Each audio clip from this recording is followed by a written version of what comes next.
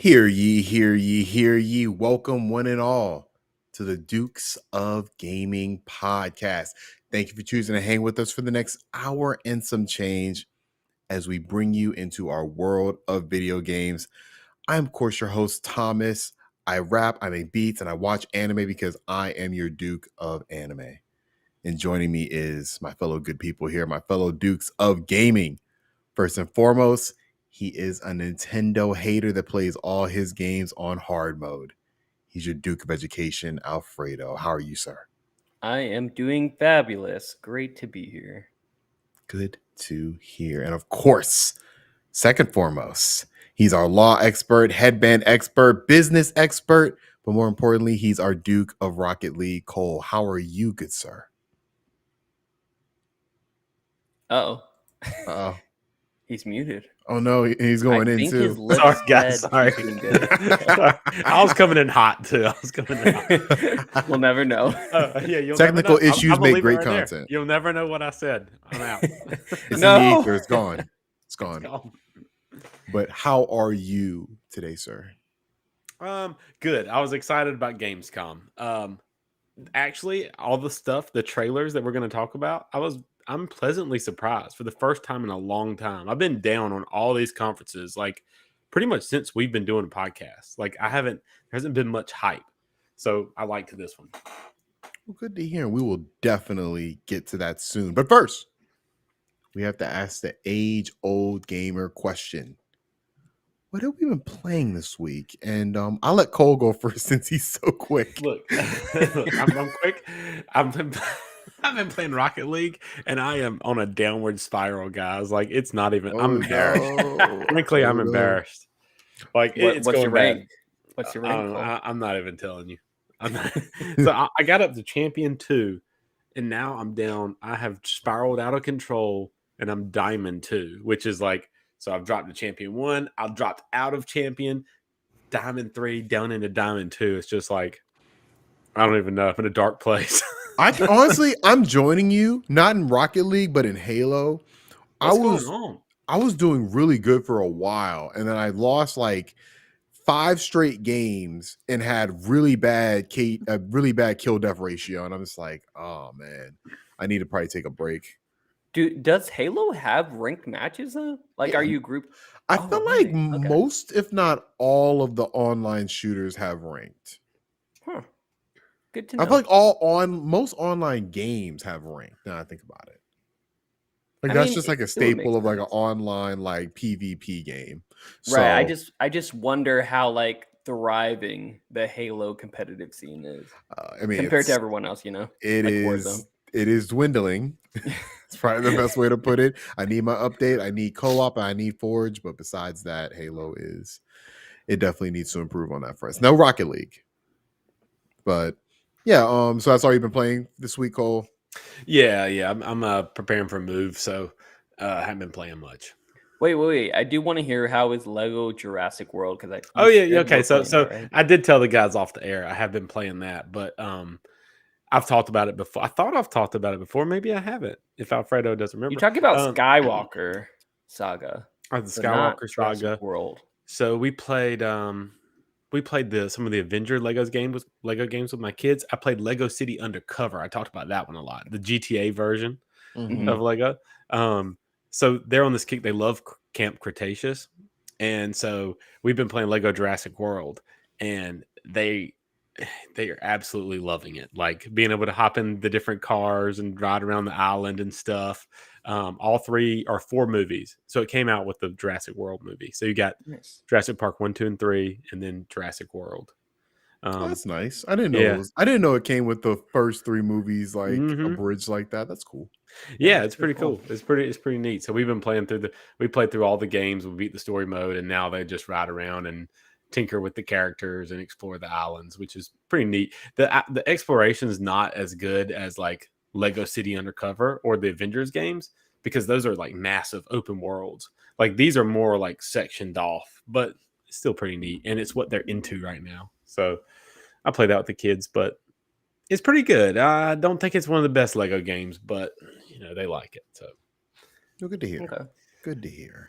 Always room for a good Lego game. Yeah. So for me, this week has been I've just tried out a bunch of different games. First, I want to get to the Splatoon 3 test flight. If you didn't like Splatoon 2, you're probably not going to like Splatoon 3. I don't really like Splatoon 3. I don't like gyro controls. I don't know. I didn't have a good time with it. So I'm probably not going to pick it up. But I'm glad Nintendo released a test flight so I can know that I wasn't going to like it. Okay, so this was the beta then, right? Basically.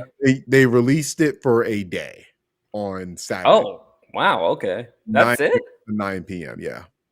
I do wonder though, because you said you don't like it, but I wonder if it's one of those Sifu moments where I didn't like Sifu at all when I played it for a couple of hours just in one day, and then I kept coming back and I liked it. Now it might be my game of the year. Maybe, and I know they're going to do a more in-depth story mode. Like I know they said they're going to do that, so maybe that will be fun. I did not like the story mode for Splatoon 2. Yeah. I really tried to like that game. Like I put a lot of time into that game. Me too. Because remember when that came out, like there really wasn't much to play. Yeah, there wasn't much to play. It came out that first summer of the Switch's 2017 summer, I believe. Yeah, it's hard to remember, but like the Switch, honestly, at first didn't really have many games. So that was like, so you had Zelda, you had ARMS, 1-2 Switch. Ooh. And, yeah, 1-2 Switch. Classics. And then like Splatoon 2 came out like that summer, the same summer released Mario Kart. And it was just holding us over till October when we got Mario Odyssey. Right. That first year between Zelda and Mario Odyssey was a little rough. And Splatoon 2 is like what the exact game I think of when I think of why it was rough. I really tried to like that game. So many people bought that because it was just the Switch's first year, you know. Yeah, I guarantee. I think the sales are not going to be as high as Splatoon 2 for this one. What was the story mode like? Was it like bare bones, kind of like Super Mario? Not Super Mario. Smash Brothers. It made a Call of Duty campaign feel like Assassin's Creed Odyssey. I just put it like that. Like it was just so bare bones. What in the world is that? That doesn't. Yeah, that doesn't sound terrible. What are you trying to say here? In terms of like how much content I got out of it, you know, like there wasn't really any. It went by in like 2 hours, 3 hours. It felt like a long tutorial. It literally felt like a tutorial. Like at least with like because I consider like Call of Duty campaigns like they're always short, but I'm at least getting like 7 hours of content. Right. Like Splatoon 3 felt like there was it's almost like it was the last mode made. Let me ask y'all this. Do you think this game would benefit from like Splatoon 3 doing Battle Royale? I think it would benefit from being free to play. I think if Nintendo actually were smart, and I'm not saying they're dumb, but I feel like with Splatoon, they're a little dumb. I think if they release this, be the one game that they actually release on all consoles.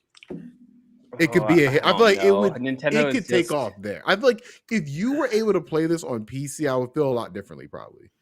Because it looks like a Switch game too. That's the other piece of why I didn't really like it. It's like playing online shooters on my PC or even on my Xbox, or my PlayStation 5, it's like there's a big lack of quality. Yeah, but I feel like there's a spot for it. I just think they haven't really quite harnessed what Splatoon, because I kind of like the mechanics. So I'm opposite of you. I like the gyro controls, and I thought it felt pretty good. I thought the game was extremely basic, like what you're saying. It felt like a long tutorial. Like there are a lot. Yeah. It feels really basic. There are a lot of Switch games that I do wish were on other consoles. But this one, I feel if it were on even just PC, I feel like it would be received. Not receive better, but I feel like it would just do better. I feel like Splatoon has its fans, but I don't know. For me, I just don't think it's definitely not. Nintendo's not hanging their future on Splatoon for sure. I agree for the most part. Yeah, honestly, but it could be big. I feel like it could be a big franchise if it wasn't just on the Switch. I feel like the Switch limits what it could be. I feel like to have an online shooting game and only have it on one console.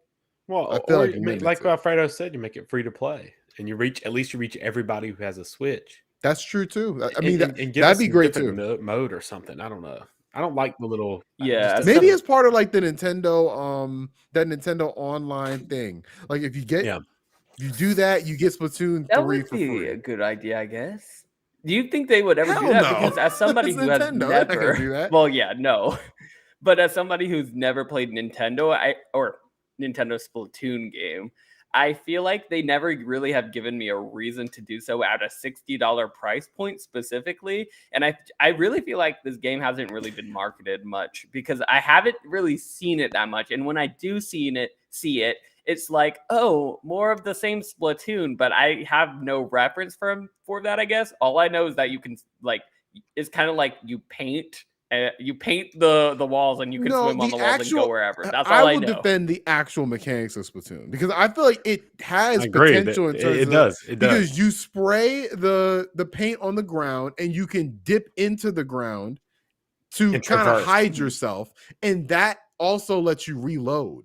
So And, it's you it's really traverse cool how faster. and it's really cool how it all chains together. Like I think I mean, And your whole team can too. Don't Your get whole me team wrong. can. Like the whole purple team can swim in the purple fountain. and the point of it purple is to paint. paint as much of the map as possible for your team. Like your side of the map needs to, or your color needs to fill up the most part of the map. Like that's how So you it's- win it's- a round. Yeah. I got you, but don't get me wrong, that sounds fine.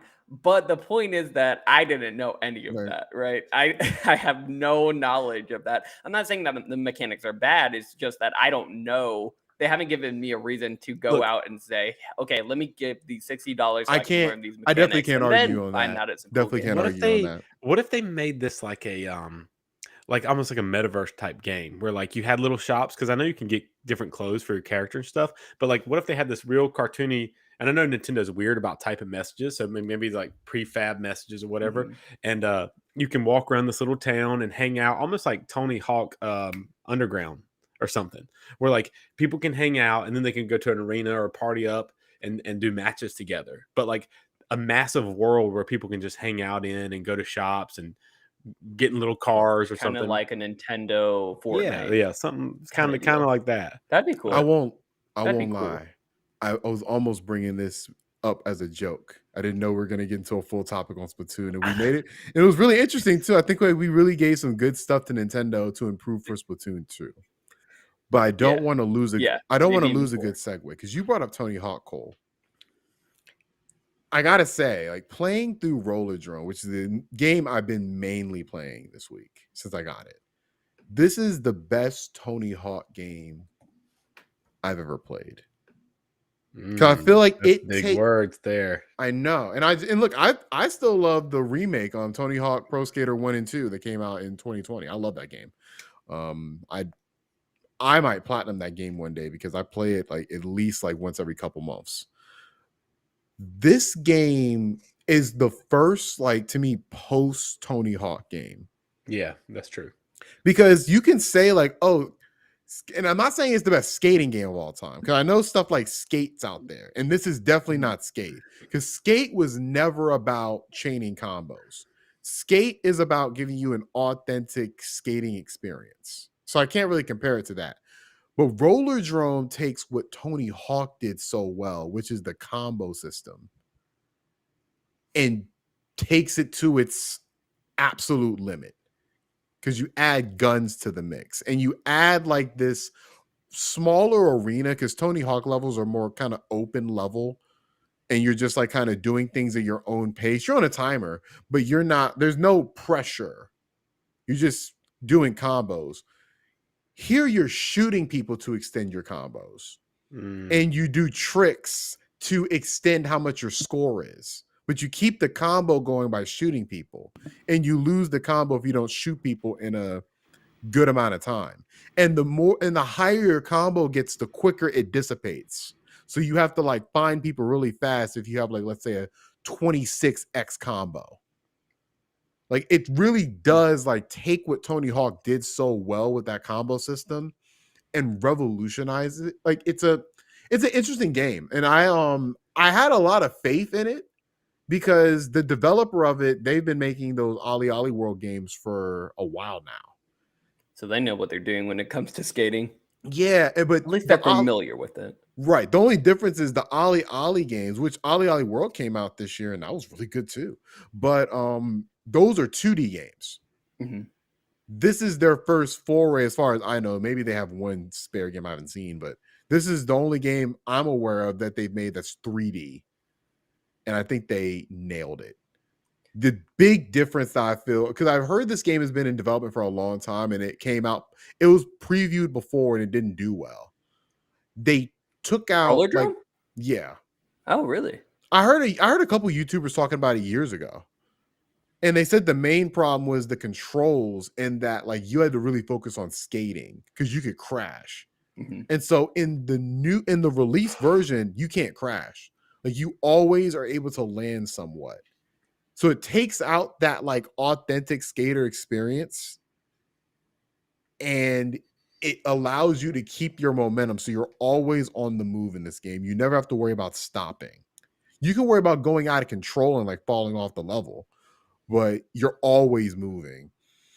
This is an incredible game. I highly recommend anybody who's ever loved Tony Hawk, anybody who loves like even something like Hotline Miami, something like that. I feel like this game hits that. Yeah, it hits that niche for sure. It looks amazing. It's probably one of the best shell shaded games I've ever seen. I love the art style for this. It kind of reminds me of Sable from last year, but I feel like it looks even better than that. So it's on PC. It's on PlayStation 5. I'm sure it's going to come to other consoles at some point. I feel like this would be a perfect Switch game. So it would. Yeah, I was about to say, but guns on Nintendo, they don't want that. They're fine. I thought it was on Switch. Yeah, I did too, actually. That's kind of surprising. It's actually very violent. Oh, yeah. Who'd have thought guns in video games violent? And it has like, because there's one mechanic that is the best mechanic in the whole game where it's like you can't, when you're like at the apex of your like your grab for when you're doing Tony Hawk type move, you slow down time and you can kind of aim your shots. So you kind of like always feel like it's Max Payne or like the Matrix. Yeah, I'm in love with this game. I'm not for sure when I'll beat it, but it should be soon. It's not a long game at all, but you can tell it has a lot of replay value. Yeah, just real quick. Yeah, I've also played this game. Definitely not as much as you have, Thomas, but I played the demo for it on PS Plus. They only give you 35 minutes for the demo. That was enough for me. That was enough for me to make that purchase.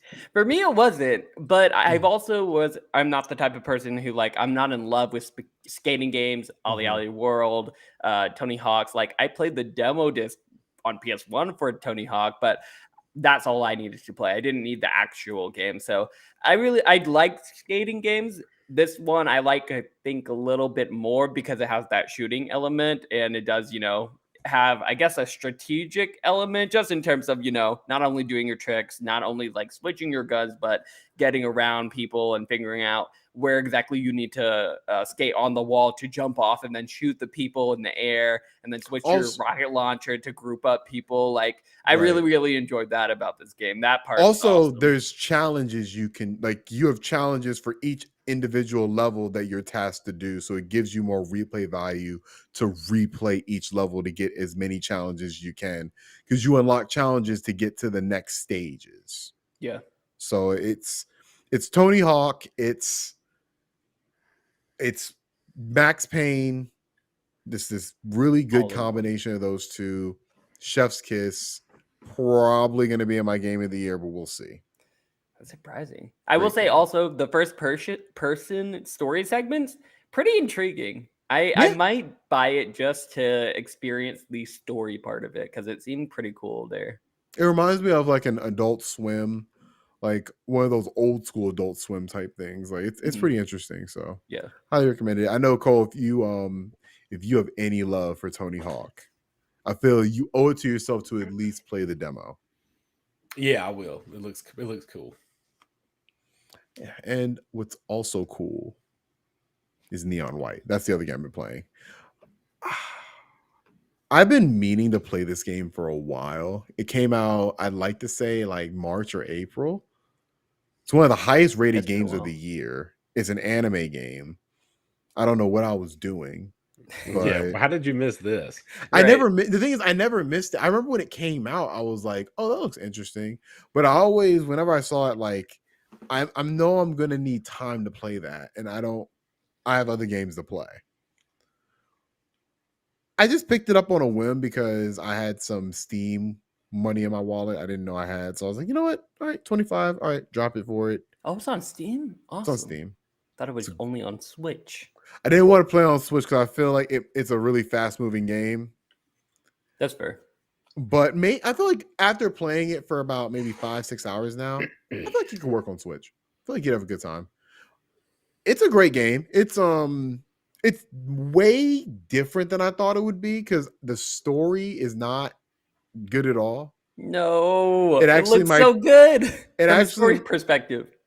I think the tone of it is very weird. It's a very weirdly toned game. What do you mean? But what do you mean? Explain. So it's a very cynical game, which I don't mind. Like, because it's basically like heaven is this corrupt place, and they basically imprison this group of characters who are, just basically anime characters. And so they have all the anime tropes. You have the mysterious femme fatale female who's not giving you much information. And then you have this other female who has her cleavage out, who's always flirting with you. You have your best friend who's like this bro. That's pretty much all he is. He's your bro. And it's just very like... You got your tropes. Yeah, it's like all tropes. Like the interesting part is the fact that it's heaven, but I feel like it's like the way the side characters are too. It's like I don't really care. Like I really was trying to care because I think the setting is cool, but the characters just aren't speaking to me at all. Like it's cool that Spike Spiegel is the voice of the main character. That's cool, but I feel like everybody is just painting by numbers, and that was a little disappointing. But that's not the same thing about the gameplay, which is what's most important. Gameplay is incredible. I know you're aware of Alfredo. Have you ever seen this game, Cole? I just pulled it up and I was looking at it when you were talking about it. I had not heard of it until it's like a hard FPS kind of deal, right? Yeah, so it's a first-person shooter, but you use cards to get your guns. And so like it's cool to be shooting a machine gun that is a card. Like the card is shooting the bullets, and you can sacrifice your card to either, like, let's say you can throw a bomb that can lift you higher, or you can use one to get a double jump, things of that nature. So you can either use the cards as guns or ways to improve your traversal. That's cool. Yeah. And you want to like complete the level in a timely manner. So I have a... And you're supposed to like, well, a lot of people are into speed running this game, right? Yeah. So that's a big part of it. Like people... That's what I'm concerned about, I guess, because this sounds a lot like, and you were talking about it being kind of like Kingdom Hearts Chain of Memories, where it had that card-esque battle system. It's like it in that way. But besides that, like Kingdom Hearts Chain of Memories has like it's still a Kingdom Hearts game. Right. You're still moving through it like a Kingdom Hearts game. It's just because this is more so almost like an arcade game. Okay, so that's what I'm concerned about, because I don't know about you, but even Chain of Memories, it felt like I needed to exert a lot more brain power than I had in order to set up all my cards. Here's the thing. Make sure everything was perfect, all that. I get the worry, but the reason why it's different is because this game is so kinetic. Like this game is so like about instincts and reflexes, where you have a deck of cards, there's one button, I think it's F, that you can use to switch the cards. All you have to do is know which cards you have, and you're trying to move as fast as possible. Okay. So it's like with Kingdom Hearts Chain of Memories, like that game, you're just fighting enemies with your cards. Right. This is, you are using the cards to shoot the enemies like in a first person shooter type way, at the same time moving as fast as possible, almost like a Mirror's Edge. Or like even like a Dying Light, where you're trying to move like kind of quickly, like without all the Dying Light parkour shit, but just in terms of how fast you're moving. It's more so like that in terms of the movement. Okay, I could get behind that. That sounds pretty cool. It's a cool game. I think that it lives and dies by its gameplay. If you're getting this for the story, you will be sure, in my opinion, in my 5 hours of playing, you'll be sorely disappointed. but it has really great gameplay, and that's the reason why I think it's scored so highly on Metacritic and everything. It sounds like what's that other anime game we played? Scarlet Nexus. Yeah, it sounds Scarlet like Nexus has a way. I'm sorry, Scarlet Nexus has a way better story than this. That's disappointing. I'm trying to scale it because Scarlet Nexus wasn't Shakespeare, but it was competent. Like I can understand the story. This is definitely not even on that level. So temper your expectations with that, but I think you can still salvage a really good time. Cool. Full price game? No, right? It's $25. Oh, okay. Not bad. Not bad. Yeah, so I feel like you get enough out of $25 for what you're getting from this game. So recommend it. I wouldn't say highly recommended, but recommended. Cool. And a game that I will highly recommend, but only for the faint of heart, is Xenoblade Chronicles 3. Still playing it. 65 hours in. You still feel the same? Still feel the same.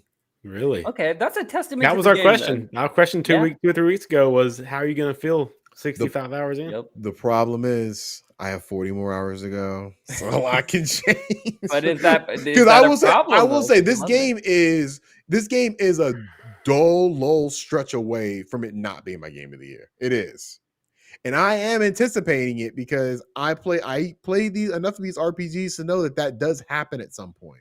And I always critique one of these games based on how they address that.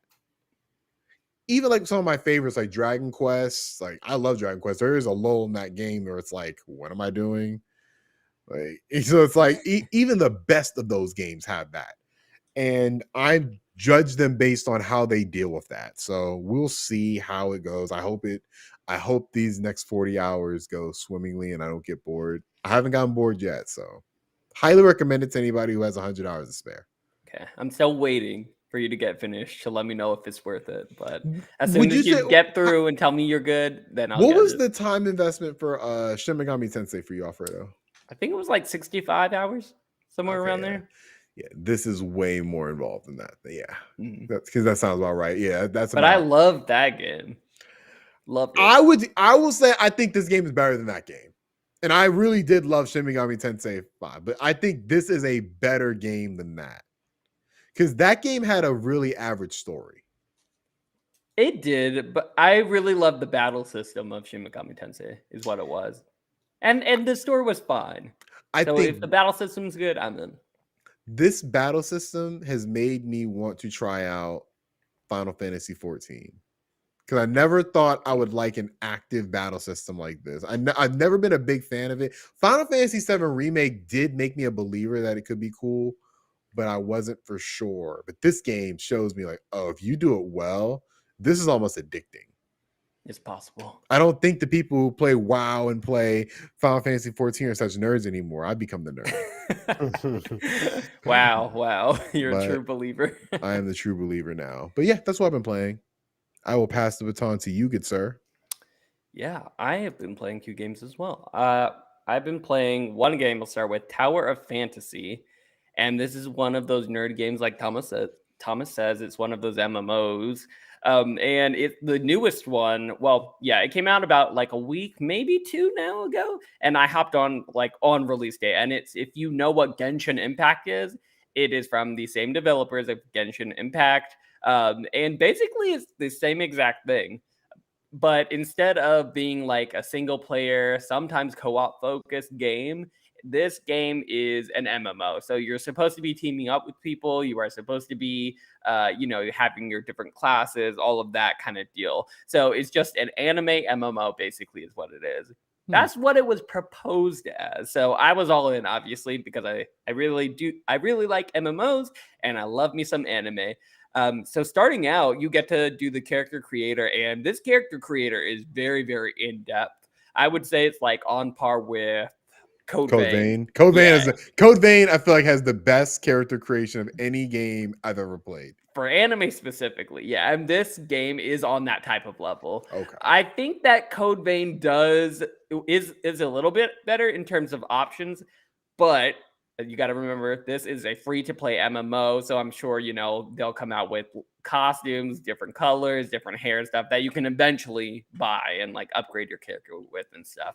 But the basic stuff that they have there does allow you to do a lot of character customization. So my character looks pretty awesome. That is what drew me in. Cannot turn away a good character creator. So after that, directly got into the game.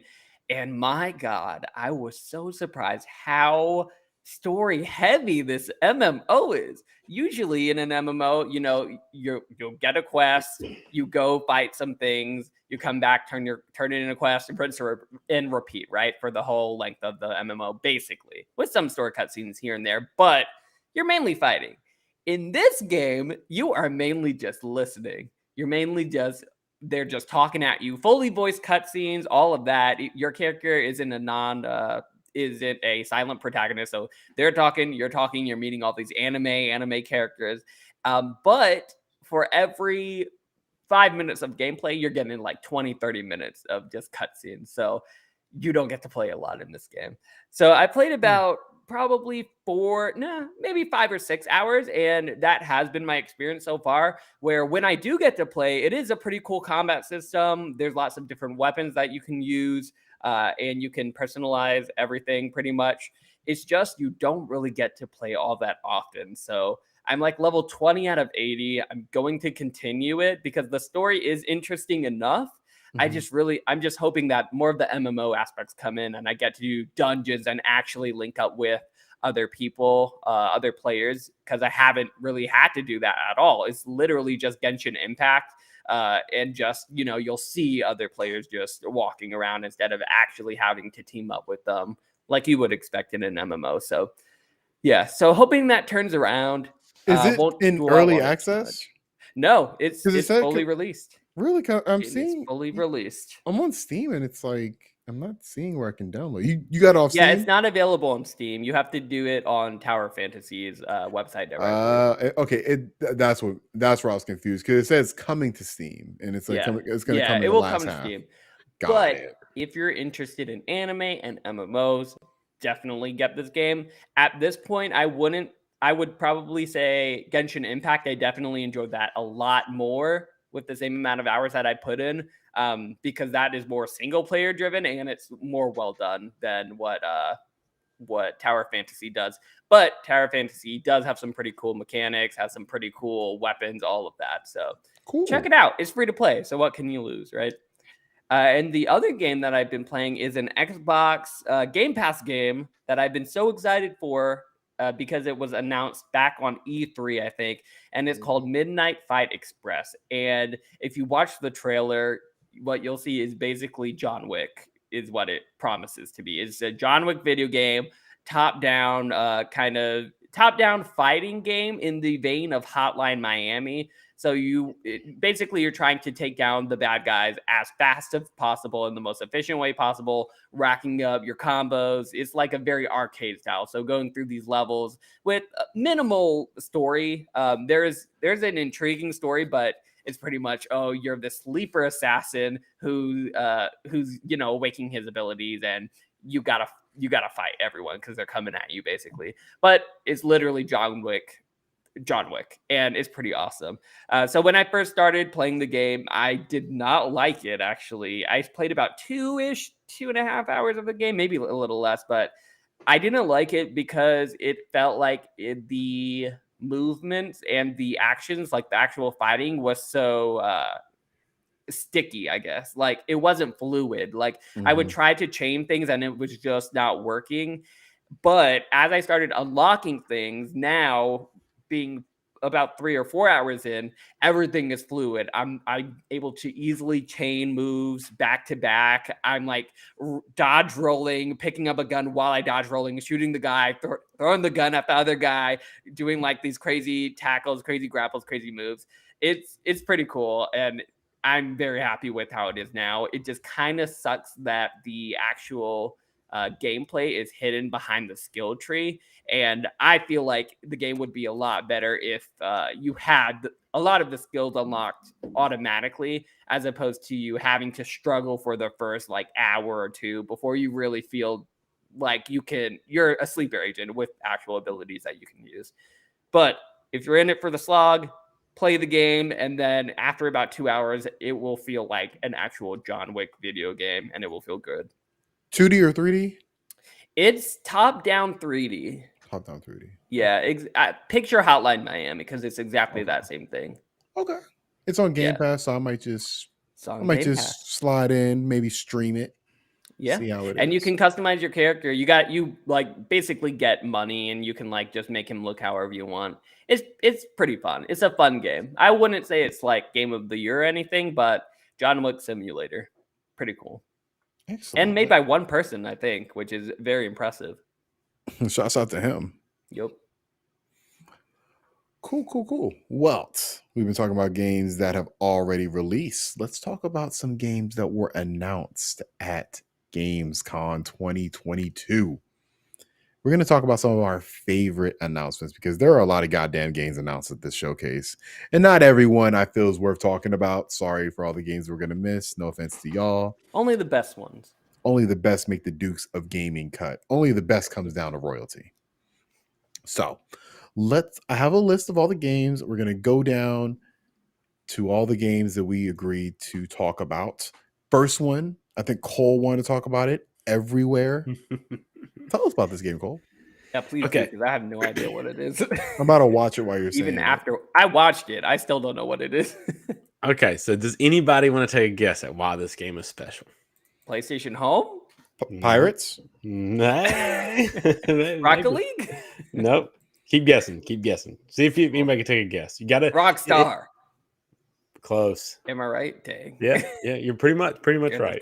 Something like that. So Leslie Benzies is behind this game. So when you think of Grand Theft Auto, you think of Sam and Dan Houser, but there was another leg to that. There was three. It was a Ringo. Yes. Sam and Dan Houser, and there's also Leslie Benzies, which he's not as glorified as them, but he was the lead game designer, the lead producer on all their major games, starting from Grand Theft Auto 1, pretty much. So, but after GTA 5, and he was like he was the head of GTA 5's like big marketing push.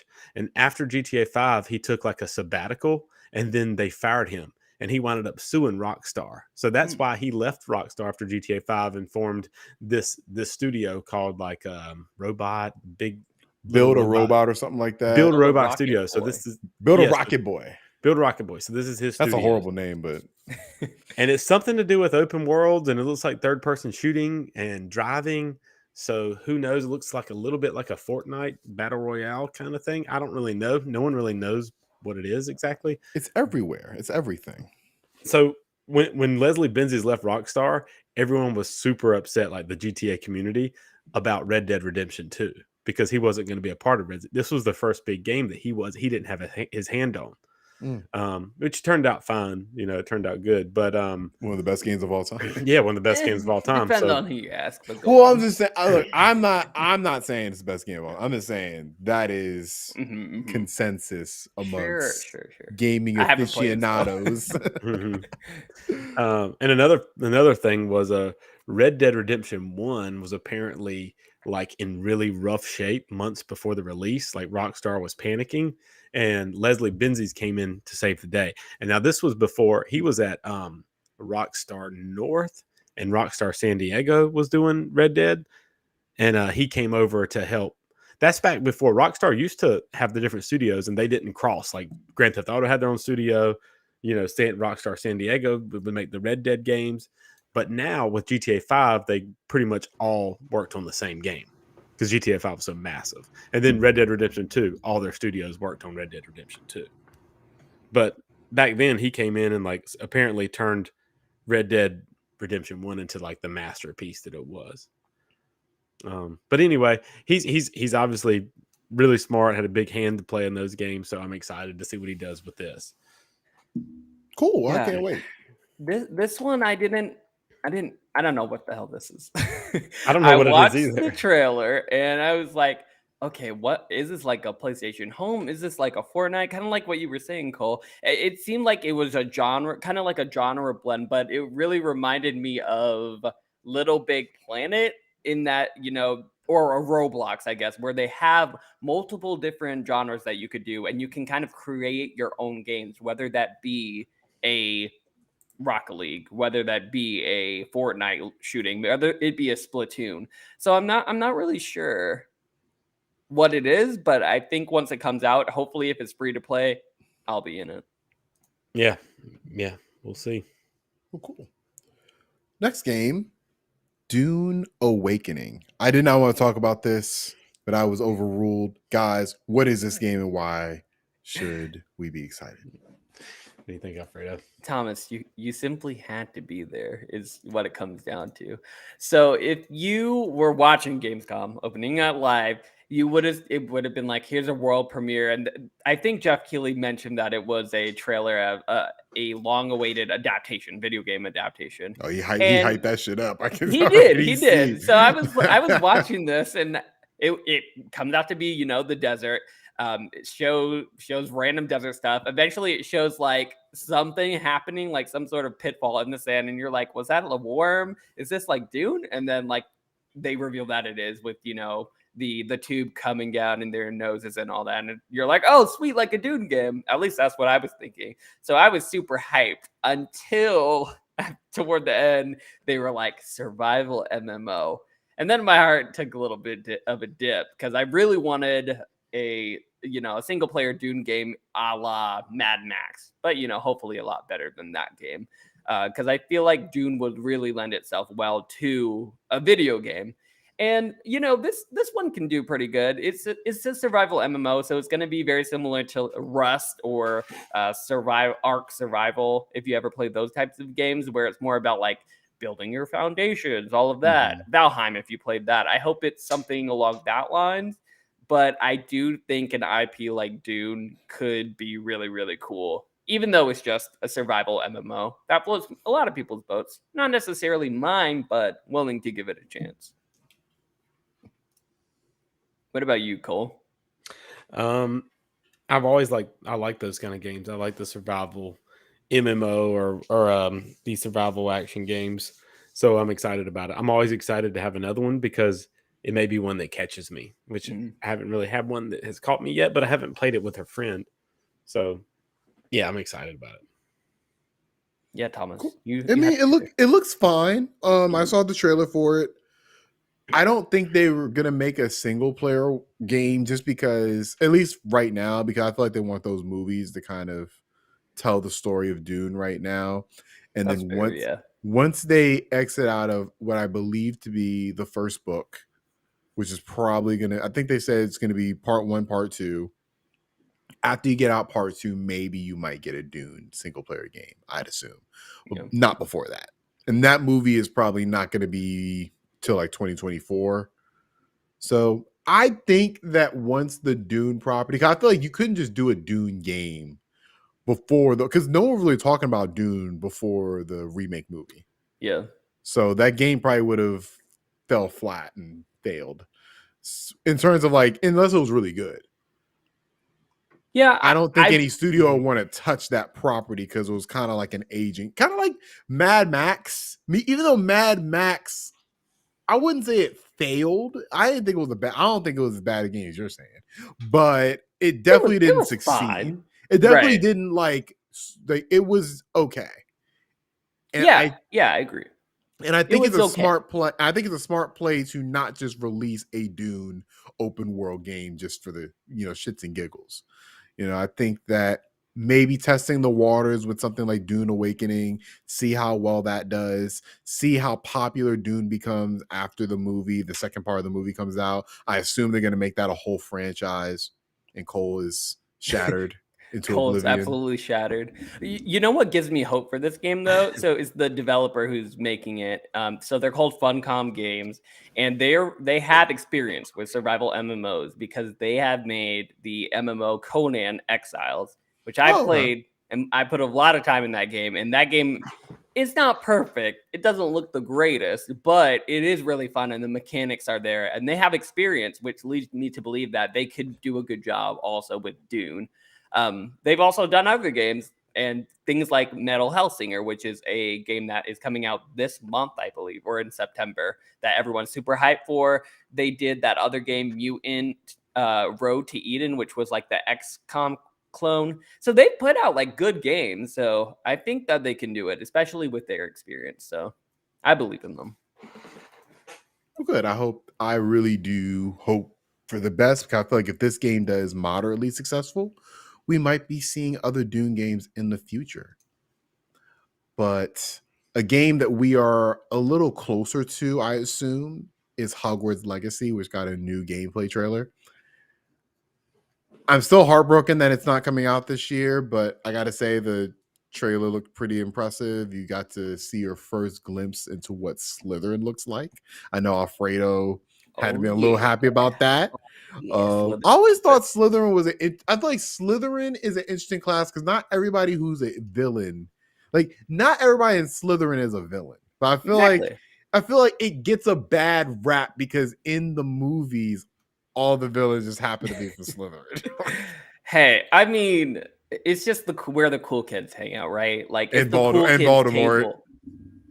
Like I said, the cool kids table. Wow. I'm just saying that's where all the cool kids are. So maybe you can take a trip to the dark side, see what it's all about. Seems pretty cool. Wow. But they also showed Hufflepuff, so there's that if you want. That's the weakest. That's the weakest class. Come on. I'm not gonna be rude like Thomas is. No, I'm not gonna diss another house I would never. I feel like the Harry Potter fans can agree that Hufflepuff is the worst. Is the worst one. No comment. No comment. I feel like you can go back and forth between Slytherin, Gryffindor, and Ravenclaw. I feel Ravenclaw is just like a cool name, and their colorway is cool. Just never got like Ravenclaw. I feel like they are the most underserved house in that they're just there. They're never like at the to forefront. Me, they have a cool name though, so it gives them a little bit of leg up over Hufflepuff. Like Hufflepuff sounds like a Pokemon. Let's be real. It does. Like a Jigglypuff, Let's get back on track. How about what we saw with the game trailer? I was actually more impressed with the deep dive that we got of Hogwarts Legacy during the state of play. Oh yeah, that was the standard. To me, that's probably the best that game's ever gonna look. Yeah, that they made that game look like a 10 out of 10, best game ever in that trailer. I don't think we're gonna get one as good as both that trailer and that deep dive. Right, exactly. But I feel like this didn't lower my expectations at all. It kept the momentum of what I previously saw. So definitely, and they definitely are kind of towing the line between showing too much and showing too little. I feel like they've shown just enough every time that they show this game. Mm-hmm. And I hope that they don't show more. At this point, I'm gonna get it. I'm ready to go in as blind as possible. So just don't ruin it for me, Avalanche. I'll buy your game. I'll give you the money. Give them the money. Now, I really want to talk about new Tales from the Borderlands. Because I don't know what to make of this game. I don't think... Have y'all seen the trailer for this? Yes, I have. And I would love to talk about it with you. Cole, have you played the original Tales from the Borderlands? No. So what? Shame on you. It's great. Everyone play the game. It's a great game. It's probably one of Telltale's best, if not their best. It's Telltale batting on 100. They don't always bat at 100. See the Game of Thrones Telltale game, but or don't. Yeah, or don't. I thought this looked real stale.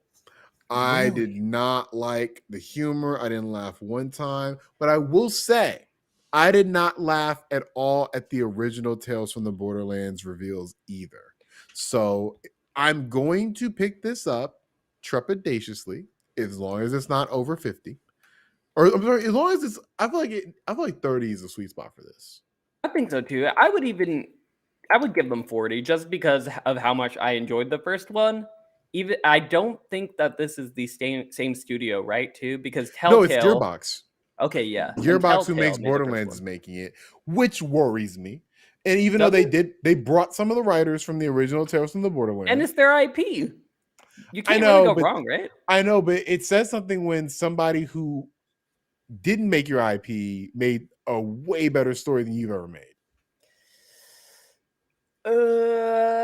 I mean, I never played Borderlands 1, but I did play Borderlands 2 and Borderlands 3.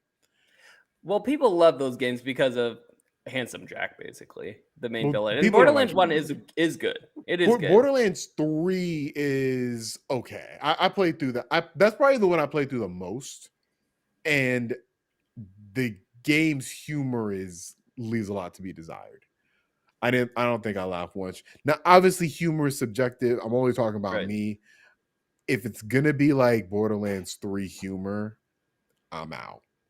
And the problem is, this is not like Tales from the Borderlands where you can buy one episode and be good. I don't see anywhere where it's talking about episodic anything. I think that honestly, I feel like as a gaming community, we've gotten away from that. I feel like that's come and gone. Yeah. And I feel like it's for the better too, because then you run into, okay, when is the next episode coming out? You run into what Telltale was originally having problems with, where they released an episode and the plan was to come out like a month later or something like that. And then it never happened that way. Right. It would be like 4 or 5 months later, and then people would forget about it. So just give us the whole game. You can segment it off like As Dusk Falls did, into your different episodes or into your different chapters, and let us go at our own pace. Just release it all at once. Yeah. But that's all I really had to say about it. It looks like it could be interesting. I'm curious what Gearbox is going to do with this, but at the same time, maybe this is too much Borderlands. I don't think something in me says you should not have 2 Borderlands games in 1 year. I think it's fine. I'll say that they are very, very different games, because Borderlands, what was it called? Tiny Tina's Wonderland. Right? Yeah, that was essentially DLC for Borderlands 3, an FPS game. This is completely different. This is a choices matter, narrative-driven game, which is completely different. And if you played the first one, you know how different it is from the originals. But what you do get is, the world of Borderlands, which is pretty awesome. So I'm going to buy this as soon as it comes out. It comes out in October, which I was not expecting, and it was a great surprise. But yeah, I don't think the team will let you down, since they brought people who did the first game, and it looked good to me. I wasn't laughing out loud or anything, but I enjoyed what they showed. I enjoyed the characters. I enjoyed the scenes that they were showing. I think they showed just enough to pique my interest, but that's me. Well, goddamn it, I hope you're right. Me too. Next game, Dead Island 2. I don't have a history with these. Dead Island 1, I know, was developed by Techland, who I don't know what happened, but they're not developing Dead Island 2 because they have gone on to make the critically acclaimed Dying Light 1 and the critically appeased. I don't know, critically right. so. Yeah, it's like it wasn't acclaimed by any means, but people like Dying Light 2. They like it. It was fun. The first one was way better, but had a high bar to Yeah. Beat. And so Dying Light 2 was originally announced. I'm not Dying Light. Dead Island 2 was originally announced in 2014, and we are now getting it almost a surprise thing, because I feel like it's gone under the radar for a long time. I am probably not going to play this, but I know Alfredo has a history of playing Dying Light games, so I'm curious whether you or maybe Cole are interested in playing this zombie affair. Cole, nothing? You don't feel anything? Nothing? No, I feel nothing for this game. You guys are crazy. I feel nothing. Although I do want to play Dying Light 1. But that is a good game. You should play that. Everyone should play Dying Light 1. Like $10. I bought it on Steam. I know. It's $10 on everything. Yeah, and you get all the mods. It looks nice on PC if you get it on that. Great game. But talking about Dead Island 2, this was the surprise announcement, like you said, Thomas. So nobody was expecting this because we were all sure. I mean, I feel like we are definitely getting away from, the hype that used to be, a zombie game is coming out. Because we just got Dying Light 2 at the beginning of this year. And like you said, it was a good game, but it left a lot to be desired. You would know. I think you played a lot of it, right? Yeah. So I played both Dying Light 1, was really hyped about Dying Light 2, finished it a couple months ago, but it was nowhere near the level of Dying Light 1. Just wasn't as scary as the first, wasn't mechanically as good. It just wasn't enough fun. And I like to play them usually all co-op. But Dead Island is more of it's supposed to be less of a scary and more of like just like a comedic kind of good time zombie slaying with your friends kind of deal. So they're very different vibes. And this trailer that we finally saw definitely gave off that vibe. It's not something like The Last of Us or The Last of Us 2. It's not like where you're struggling to survive in this harsh world. No, it's just like kick back, kill some zombies with your friends, which was missing a little bit with Dying Light 2 because they're definitely not like that. So I'm cautiously optimistic about Dead Island 2. I'm gonna give it a chance, but we'll see. I'm just scared because it's been in development for so long, honestly. I gotta ask. Yeah. You gonna give it a $70 chance? I did do that for Dying Light 2. I did. Do you regret it or do you? I kind of regret it, but I think what we really need to see for Dead Island 2 is more gameplay, honestly. Yeah. That will make my always decision helps. a lot easier. That always helps. Yeah. So next time we see this, and apparently we won't have to wait too long because basically this property, Dead Island 2, got bought by the Embracer Group. And a couple of weeks ago, like 2 weeks ago, they confirmed that, this is actually coming out. So I wasn't as surprised to see this trailer because they had said this is still a thing that's happening. But they said it's coming out by like the end of next financial year. So we should get the game within a year and a half-ish is what I'm expecting, maybe. So maybe we won't have to wait that long to zombie slay again. Maybe it'll be game of the year 2023. You never know. Maybe not. You maybe never not, know. but we'll see. I'm gonna throw an audible really quick. We don't want to talk about it, but I feel remiss. We did get some more Forspoken gameplay footage. We did. We did. I'm very excited. I just want to put that out there. I know that everybody else is hating on this game, and it's completely understandable. But I am excited. Just want to. I think it'll be good too. It'll be good. I think it's gonna be terrible. I think it's gonna be a 7. Don't say that. No, don't say that. It's gonna be an 8. It could be a 6. It's gonna be a 6.98. No. It's gonna be that's a 7. It rounds if anything, it's a strong 7. It's a strong 7. And that's fine. It's a 7. You're gonna have a good time. It's not gonna be game of the year, but you gotta have a good time. Look, I hope if it is a really good game, it would be awesome. And it would be a strong 7 Final Fantasy game, which is pretty good considering their track record. Just saying. I'm praying every night for it. Next game, which is coming out this year, and I am super excited for as well, is Callisto Protocol. We got a new trailer. This game, every single time I see it, it just looks better and better. That, like, to this point, I almost don't want to see anymore because I want to be somewhat surprised. This game, because I originally thought it was just going to be like a Dead Space update for not update, but Dead Space remake, essentially. And some of the stuff they showed in this trailer, there was never any monsters this like visceral looking in Dead Space ever.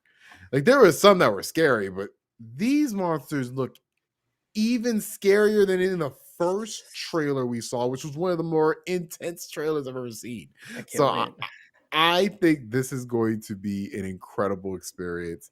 It can only disappoint because it's so quality looking right now. I can't believe this. It has this much quality from a first time studio. So that's the only thing that makes me a little trepidatious. I know that it's the same person who made it's got Dead veterans, Space. So we should be okay. It's got veterans of Dead Space. It's got just some BioWare in there, I think. I always get concerned when it's a game from a developer that I've not heard of and I don't have much backstory on. So that's fair. I always get a little concerned of how big the game's going to be because what would disappoint me if this is like a 3-hour game. Like, that would disappoint I me. think we're safe. I think so too. I think it's going to be a great game. But anybody had any thoughts on Callisto Protocol from what we saw at Gamescom? Looks awesome. I can't wait to continually throw zombies in those like turbines, and hopefully there's only so many times I can see myself as the main character die in horrible ways. So hopefully, hopefully I won't die too many horrible ways, but we'll see. They seem to really be focusing on that. So Definitely took a cue from Last of Us Part 2. and Tomb Raider, the reboot. Yeah. Just showing all. Imagine of that's like somebody's that's somebody's job. Like that's a couple people's job. You're the deaf animation team. Somebody like, just absolutely loves that though. They're probably just drinking exactly. Sturgis, like, listening to like this grunge rock. Listening to grunge rock, drinking Red Bull. Like, how are people gonna die today? I couldn't do it. No. No, I know. I might not play on hard mode just so that won't happen to me too many times, but we'll see. I know what you can do, Alfredo. I know you can talk about Genshin Impact and this Honkai Star Rail. I'm completely out of my depth. Are you excited for this as a Genshin Impact fan? I'm so excited. But I did talk about how I played Tower of Fantasy, which was very Genshin Impact-esque. So I'm a little cautious, but Honkai Star Rail is supposed to be like a single player anime space odyssey experience, basically. So that gives me a little bit more hope because it's single player, and that's what these anime type games do really well so far. So I'm not worried at all. The only thing I'm concerned about is please, like Genshin Impact, don't come out with like a segment of the story and then like come out with the rest of it over the course of 10 years. Just give me a good chunk. Give me at least like 30 hours and I won't complain. But from what we did see, looks really good in terms of the story. It's intriguing. I'm not really usually into space, I guess, as like just like a theme or a setting, but this one looked pretty cool. So it honestly seemed more up Cole's alley from what I saw, just because of like space. Cool. Yeah, I'm looking. Eventually, I'm going to play through Genshin Impact. It's too anime for me to avoid. You should. You love Breath of the Wild and you love I'd like anime. to play it, and we can play together, right? Sometimes you can like party up and what? stuff. Sometimes because it's single player, so it's like I thought you meant like go into dungeons together sometimes. I'm sorry, I thought you meant like some days like you can't play together. Some days you can. If it's raining out, then you can't right? play. Like if they have a little calendar, like today is not a multiplayer day. No, I mean that's usually what my calendar looks like, but to each their own. Well, there's another game that I thought was interesting, which is called Friends versus Friends. A lot of energy in this trailer. It's also a card game, first person shooting card game. Like I thought that was pretty interesting of it. It didn't have the best art style to me, but besides that, I thought it was pretty interesting. I thought the art style looked cool, actually. Yeah. I thought the trailer looked cool, but when you actually got in the game, I was like, I think there's too many colors here. Like this is color overload. Like there needs to be like a I don't know how Fortnite does it, but Fortnite never seems like it's too many colors on the screen. Despite there being a billion colors on the screen. I had a hard time distinguishing the trailer from the game because they would like intertwine with it, if I'm not mistaken. I assumed come out everything and before the back and forth. Yeah, I assumed everything before the last 20 seconds is not gameplay, and the last 20 seconds pretty much is gameplay. Okay. Well, I liked what I see. I don't know what I mean. I liked what I saw. I don't know exactly what I saw, but I'm willing. The CG was pretty cool, or the graphics and animation was so cool that I was like, okay, I'll try it. Even though I don't really like card games as FPSs or like as battle systems. But maybe I'll give it a try just because it seemed like a fun shooter, I guess. Yeah, fun spin on the shooter genre.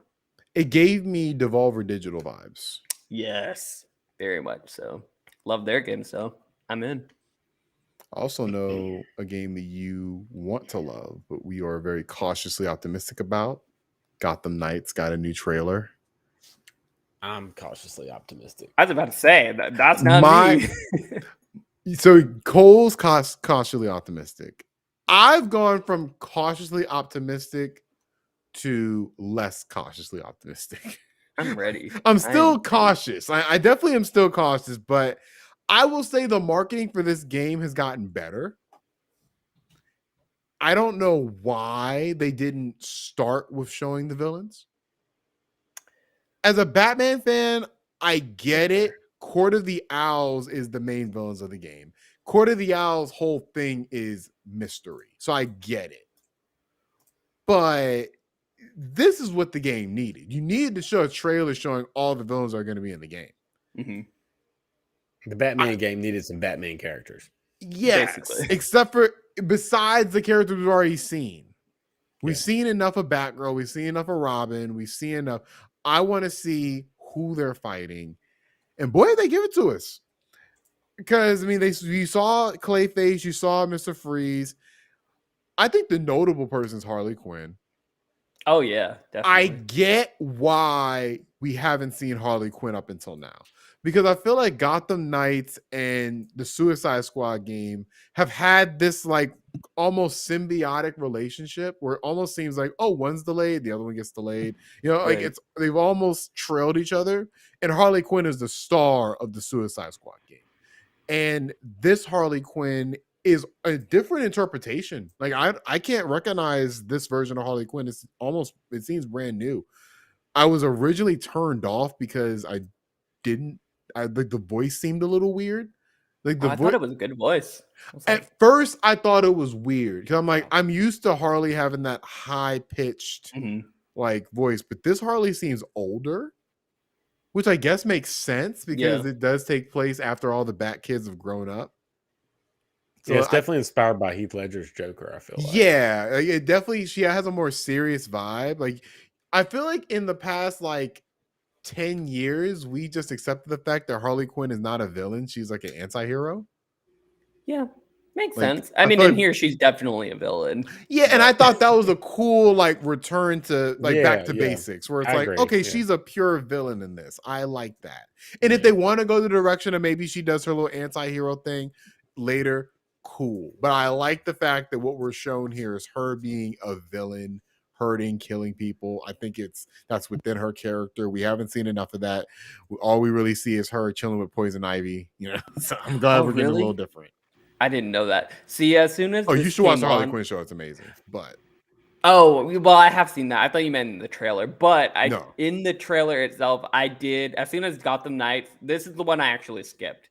Because I was like, I've seen enough of this game. You guys have sold me. I want to go in as blind as possible. I don't want to know who the villains are. I want to be surprised because they've been showing a lot of it, and all I need to know is that I get to be the Bat Family and I get to be Robin and Kick-Ass. Basically, that's all I need to know. So I want to be as in the dark as I can for the next month until this game releases. I still feel like this game has a lot to prove for other people who maybe aren't so much into RPGs, who don't have as much faith in who's making this. Rocksteady? Rocksteady. No, Rocksteady is who makes their like Arkham series. Oh, well, whoever made Warner Brothers Montreal, I believe. Okay, that sounds about right. Yeah, I have faith in them because Arkham Origins was a very good game, so I'm told. I haven't actually played it. But I have faith in it. And all I want is the Rise of Zinzu sequel. And that's what this game is. So I'm ready for it. Cole, are you going to pick this up? Yeah, probably so. Day one? Depends on reviews. You could play with me, Cole. I could carry you. I'll play with you. I'll carry anyone. Is it only duos? Yeah, unfortunately. It's only co-op. This would be so fun as a 4-player game. Like Ninja Turtles. Yeah. Is that what we said? They should have just made this a Ninja Turtle game. Honestly, I feel like a bat like this in like a beat 'em up style. Like that's what this is, though. No, I'm saying, but it's more like Ninja Turtles. Like I feel like that actually would be pretty compelling. I Ninja Turtles in New York, and we'll get it one day. We're gonna get it. We just gotta be patient. We're gonna get it far too late. Ooh, I'm not looking forward to the realistic turtles in like a realistic New York though. No, I'm not. Me That'll be neither. weird. I Like in am the kind. movies. Yeah, I am kind of looking forward to our next game, which is Where Winds Meet, which looks kind of like a Ghost of Tsushima clone, which I don't think is a bad thing. Have y'all you remember this game? Y'all excited for it? Yeah. When I first saw this, I thought it was for sure a sequel to Ghost of Tsushima. And then I kept reading about it. I was like, it's a PC only release? What? Is this a Really? standalone DLC? Because it looks almost identical to Ghost. Like, well, it's Ghost. It looks like Ghost with worse combat. Yeah, and superpowers or something.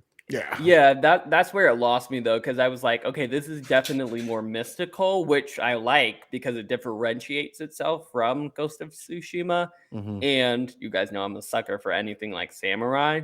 So like Sucker Punch. Mm-hmm. right, exactly. So yeah, I'm in this game. I didn't know it was coming out on PC only, but it does seem to have unique art style. That's what Cole said. I didn't know that. Oh wow, which PC is pretty only, and then cool. may release later on consoles. I feel like it might be like an Epic Games exclusive. I could see that. Yeah, I feel like that's a mistake, but not saying you're making a mistake, but I feel like that's you probably should want to get this on console. Yeah, exactly. I mean, if it blows up, then it blows up. But I guess maybe PlayStation is also it's okay because they want to differentiate Ghost from it, and whenever the sequel for that game comes out, I feel like Xbox, like Xbox should throw that Game Pass money at them. Like they might. This seems like the perfect Game Pass game. It does. What it could be what Trek to Yomi could have been. I was about to say, just don't do a Trek to Yomi. I still have to play that game. I feel like you said it wasn't good. Don't play it. Nobody play Trek to Yomi. I was really looking forward to that. It's free, and I'll tell you right now, they should have paid me to play that game. Wow. That's all I'll say. Wow. Well, next is our Pinocchio game, Lies of P, which looks like it's a little inspired by Bloodborne. A little. Yeah. A little. A lot. It almost is. Are y'all excited for this? Yeah, this looks awesome. Well, y'all both platinum Bloodborne, right? Mm-hmm. Yeah. Oh, I didn't know you did, Cole. Nice. Yes, I sure did. It's my claim to fame as a gamer. It's the hardest one I've ever done. Yeah, Thomas, you got some catching up to do. You're not a real gamer. Yeah, I'll see y'all when I'm 70. But yeah, Lies of P. This game looks so good. I didn't know anything about it before seeing it here. Did you, Cole? No, I didn't either. Me neither. The thing I worry about is the developer. Like, we don't know anything about them, do we? That is a great question. I don't know who the developer is on the top of my head. I'm about to look it up right now. But from what I can say from just what we saw was that it looks clean, it looks special, it looks different from Bloodborne and from Dark Souls because it has everything that makes those games special, but I don't know, it has something new. It has something unique about it where it tries to incorporate magic of some sort, but not exactly magic. It was more of like a machine kind of, I guess. I don't know what I'm trying to say. They combine magic with machines is what I'm trying to say. And it looked awesome. It's very rare that one of these Souls-like games ever interests me. And this one somewhat does. Especially since it will be free on Game Pass. Like, no risk to try this out. Wait, what? Free on Game Pass? They won Game Pass, yeah. So that scares me a little bit now. Oh, God. It could be 12 minutes. Yeah, but 12 minutes, a lot of people didn't like that game. I liked it, but a lot of people did not. I liked it too. But I'm just saying, it's not like every game that launches day one on Game Pass is, it means it's going to be bad. I think this could be cool, but I feel like most of these Souls-like games struggle to because people, we lost. I got him. Hey, He's back. Oh, got you. Good. I feel like a lot of these Souls-like games struggle to get an identity of their own. we'll get to it, but like, what is Lords of the Fallen? You know, like what besides It looked good to me. It looked good to me. That's what I was going to bring I'm talking up. about the ones already came out. I'm talking about the ones already. Yeah, that's the thing I worry about is like it just didn't have okay. that it factor that the Souls games had. Dude, like Liza there's P? No, well, that's my concern with Liza P. Is it going to be like is it going to hit like Lords of the Fallen? Is it going to be a Neo or is it going to be a missing. Lords of the Fallen? Yeah, but here's the thing. Like Lords of the Fallen, when it first came out, I don't think that surprised anybody. Or like when they showed gameplay of it, I mean, it didn't. Nobody was like, "Oh, this looks like a really good twist and really good for a Souls game." Yeah, and I feel like this hits differently. This looks special for a Souls game. And I think it makes itself unique. This definitely not generic. But at the same time, how good are those mechanics going to be? Because I feel like the best of these games, in my opinion, is probably Jedi Fallen Order. Of the ones that have taken the Souls mechanic and made it its own. I feel like Jedi Fallen Order did the best job. I would say Strangers of Paradise, but go ahead, Thomas. I'm not even kidding, and you know that. That's the part that's frustrating. It's like I wish you were saying it in jest, but I know you're being serious. Respect. So Strangers of Paradise, Jedi Fallen Order, these games have at the very least made themselves unique out of the Souls-like genre. And I want to see what this game does. I think it has great potential, though. I usually am not excited for something like this, and I'm actually somewhat like I want to play this when it comes to Game Pass. Yeah, I mean, what a cool story concept too. A lot of Pinocchio stuff going on. What other Pinocchio stuff is there? Disney Plus, Geppetto. I mean, there's two. There's that, and then there's Guillermo. I always get his name wrong. Guillermo del Toro. Yes, he's making a Pinocchio movie on Netflix. Really? And I will say the one for Disney does not look bad. Like I feel like we've reached peak CGI where they've made this doll actually look like a doll. That's scary because I have a great fear of dolls, so that's not okay. Well, you will definitely be afraid of Pinocchio. I will not check out that trailer. Maybe avoid it. I will. Matt in the chat does make a good point. There was another game kind of like this called The Surge. I didn't actually. Has anyone played the Surge game? Cole, I've heard of it, but I've never seen it. It's like it's like a more machine world, but it's definitely like more the Surge. It's more mechanical. It's a mechanical Dark Souls game, basically. But I remember that didn't review well, but they did have a sequel. It was good enough to have a sequel, and that was on Game Pass as well. So I'm just saying, very, very similar concepts. This one definitely looks like it's executing it more or better, which is what I'm really excited for. So maybe I'll play some The Surge to just gear up for it, to be able to better compare the two. Got you. Well, next game we want to talk about is Phantom Hellcat. It's real quick. I think I'm the only one who want to talk about it. Looks cool. I like the art style. I'm a sucker for a 3D hack and slash. So it looks right up my alley, has 2D elements. It's going to come to console and PC. I think it has potential. I don't know if anybody else wanted to play it, but I do want to play it at some point. Yes. I wanted to play this.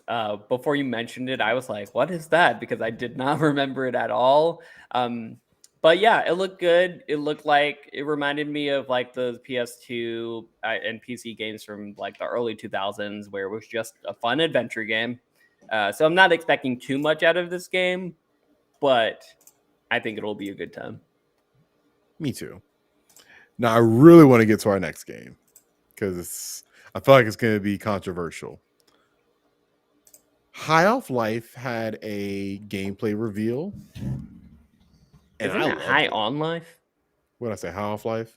Yeah. High On Life. You're right. This is Justin Roiland of Solar Opposites, Rick and Morty fame. They've made a couple games. Trover Saves the Universe.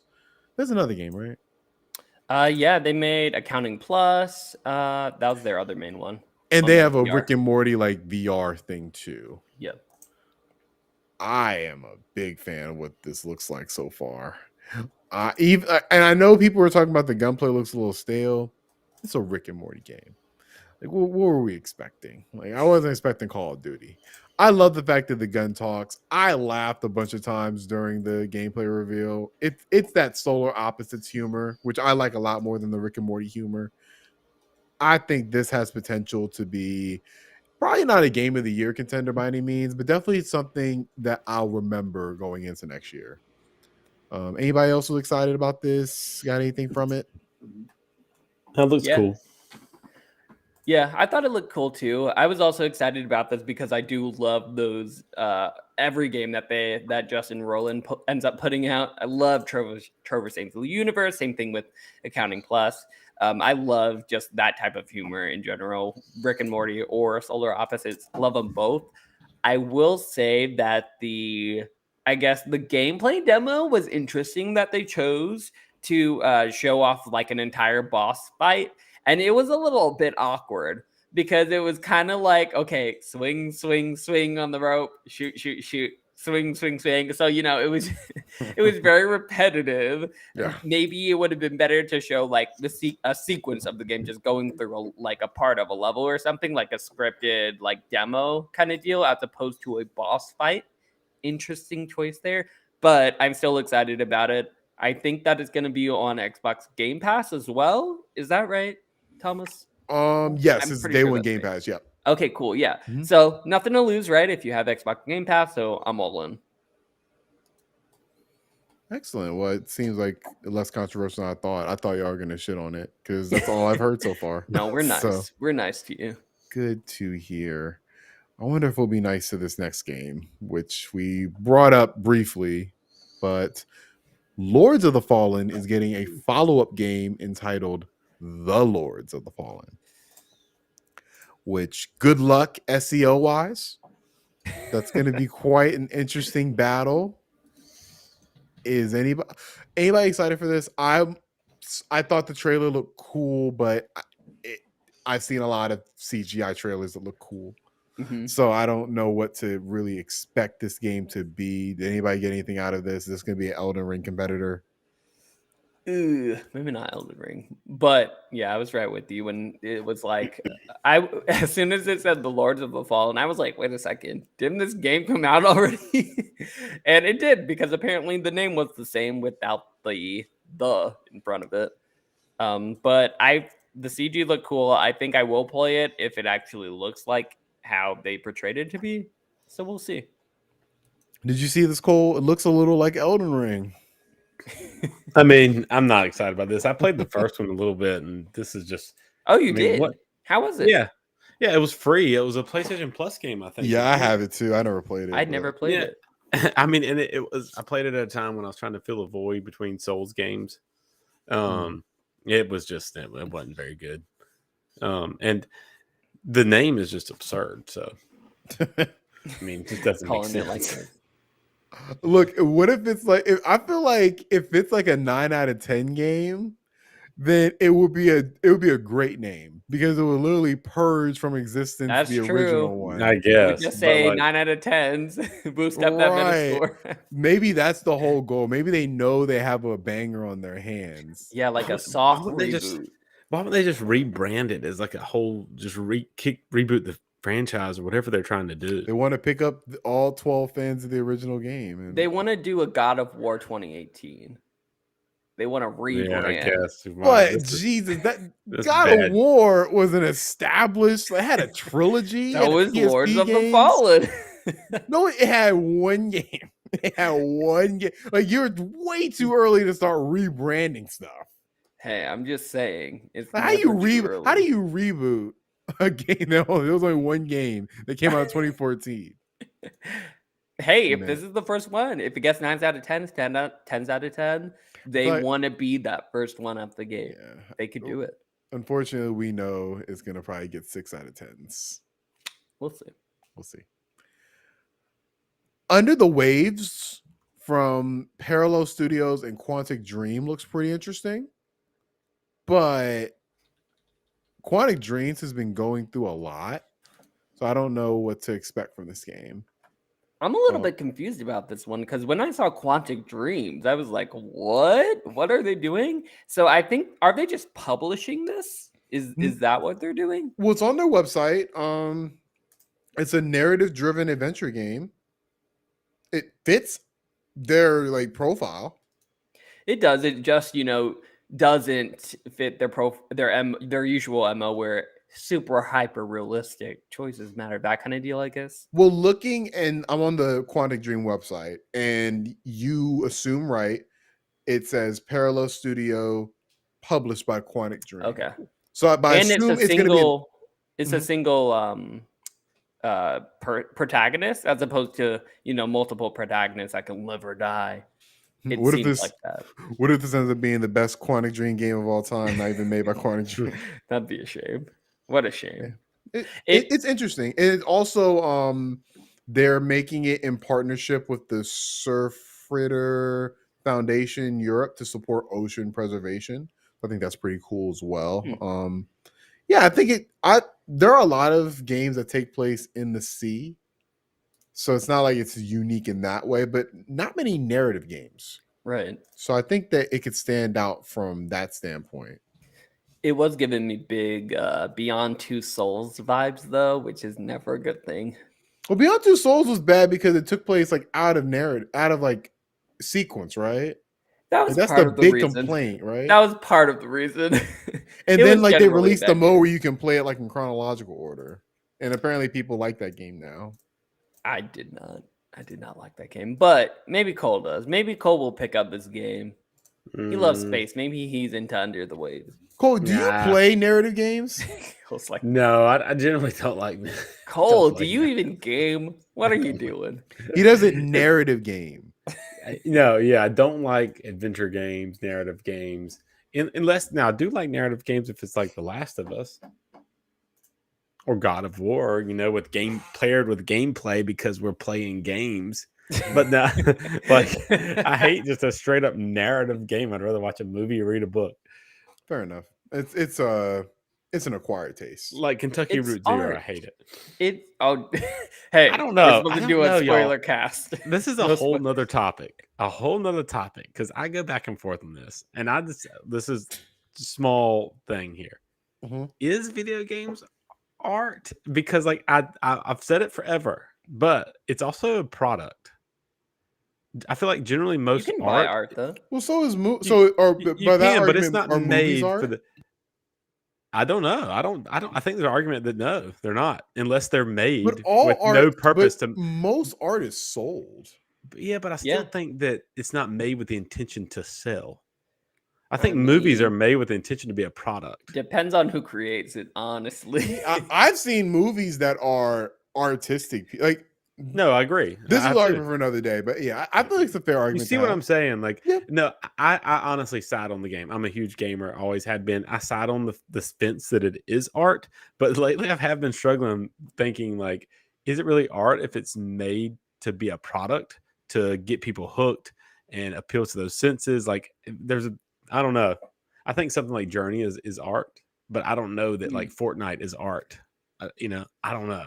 Well, it definitely has art. We need to tackle this is a great topic because I feel like I can see different perspectives on this. Yeah, I think next week we'll table that till next week. That's a good conversation. What's also a good conversation is I think we should talk about Sonic Frontiers a little bit because Sonic Frontiers got a brand new trailer that made it actually look like a good game. Mm-hmm. I'm about to make a statement here. Dukes of Gaming. This is my most hyped game of 2022. What? To me, it screams 76 Metacritic all over. But that's not a bad thing. I was going to say 74, but God, everybody has played it, thinks it's very impressive. Who's everybody? I don't know, just media that I read. Sonic fans. Yeah, IGN. No, I'm not even a Sonic fan. I don't know why. I'm just they're like this is as great as the CG movie that just came out. Like I'm more hyped for this 100% than God of War. And I'm That's not saying, insane, Cole. but no, I'm not saying. Even as somebody who's not the biggest God of War fan, that is a little insane. Okay, but but let me rephrase it kind of. So I think that I'm gonna wind up playing God of War more, and it's gonna be a better game. I don't think Sonic's gonna be a better game. I'm just hyped because what if it is like the reintroduction of Sonic, and it's awesome. That to me is more exciting than God of War 2018 Part 2. I think You know it's what I'm saying? interesting. Yeah, I see what you're saying. I think it's interesting they went in an anime direction because this trailer screamed like Sonic anime, Mm-hmm. and I thought that was cool. I don't know if anybody's seen this anime, but a little Goran Lagann energy. Yeah, I could see that. Like it's interesting, and I thought it was cool how they brought you to different settings because the main worry about this game was, are we gonna be playing the forest the whole time? Right, this Yeah, barren yeah. wasteland with But you nothing saw in a it. city, you saw a city's like set God. piece, you saw like a cyber set piece. I'm like, Mhm. okay, like that is interesting. The question is, how much of that are we gonna get? I still stand to this day, like I feel the game.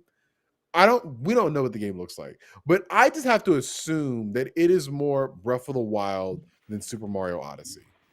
And I feel that's a mistake. I feel like a Sonic game made in the stylings of a Super Mario Odyssey would be amazing.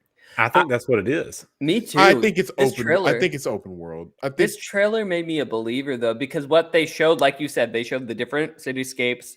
They showed, I think, 3 or maybe 4 different areas, which did scream more of Super Mario Odyssey, which I think is a way better direction. the problem is what I feel, those are just levels.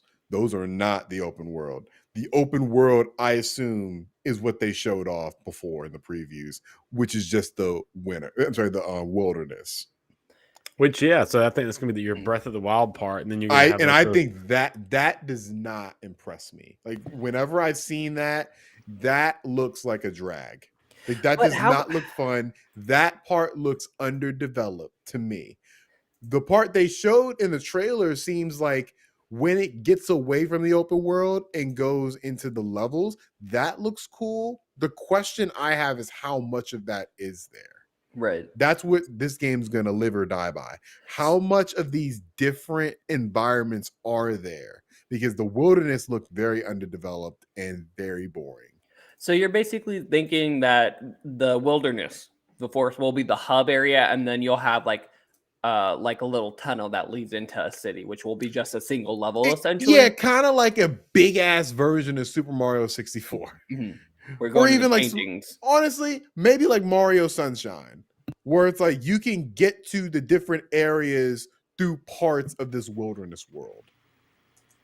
And I don't think that's bad, but that's not. I would much prefer it to be Super Mario Odyssey, where you can just pick which world you want to go to, and each one of those worlds are not open world, but they're like very expansive. Like I wouldn't call Super Mario Odyssey an open world by any means, but those levels can get pretty big. Yeah, they could. So I think, and they each have love and care to them. My worry is the Sonic game, the wilderness is not going to get the love and care based on what we've seen, and the individual levels might, but the overall package is just not going to be satisfactory, especially for $60. That's fair. I hope, I don't know if I think it, but I hope you're wrong. I hope that they have, the cityscapes to be just as big as the wilderness. And essentially they're all levels, but giant hubs of itself. And I hope we get more of like the city and stuff like that, because that's where Sonic, that's what I think of when I think of Sonic and fun Sonic, like Dr. Robotnik City, all of those kind of levels and stuff. And we got that during the trailer. So I'm more excited than I've ever been for this game because it seems 10 times better than how they first showed it. We didn't get the worst game of all time. It looked like the worst game of all time. Right, exactly. And it did. I wouldn't say it did a 180, but it looked significantly better than when we first saw it. Don't know if I'll buy it for 60. Don't know about that. Yeah, but Cole, is the money where your mouth in? You ready to put that pre-order? You ready to put that pre-order in? No, I'm not. You have to. It's your most anticipated game. Yeah, but if it comes out and it gets crappy reviews, I'm not even gonna try it. Reviews are subjective. This game comes out on the same day as God of War. Isn't that right, Thomas? Yeah, same day. Which one are you getting? You have to pick Sonic. That's what you said. Wait, what else comes out that day? God of War. Ragnarok. I'm Team Sonic. I'm Team Sonic. Wow. No, I'm just Right. kidding. No, It's on the record. honestly, I'm going to buy God of War, obviously day one, but I'll buy Sonic if the reviews are good, like 8.0 or above. Below 8.0, I'm not buying it. I will buy the game that reviews the best out of those two. It's Oh, well, I it's mean, gonna be God I of mean, War. that's just Yeah, I'm not buying it the day of. I'll probably buy it like a week later. I want to get y'all thoughts on God of War before I buy it. Oh, I'll buy But it.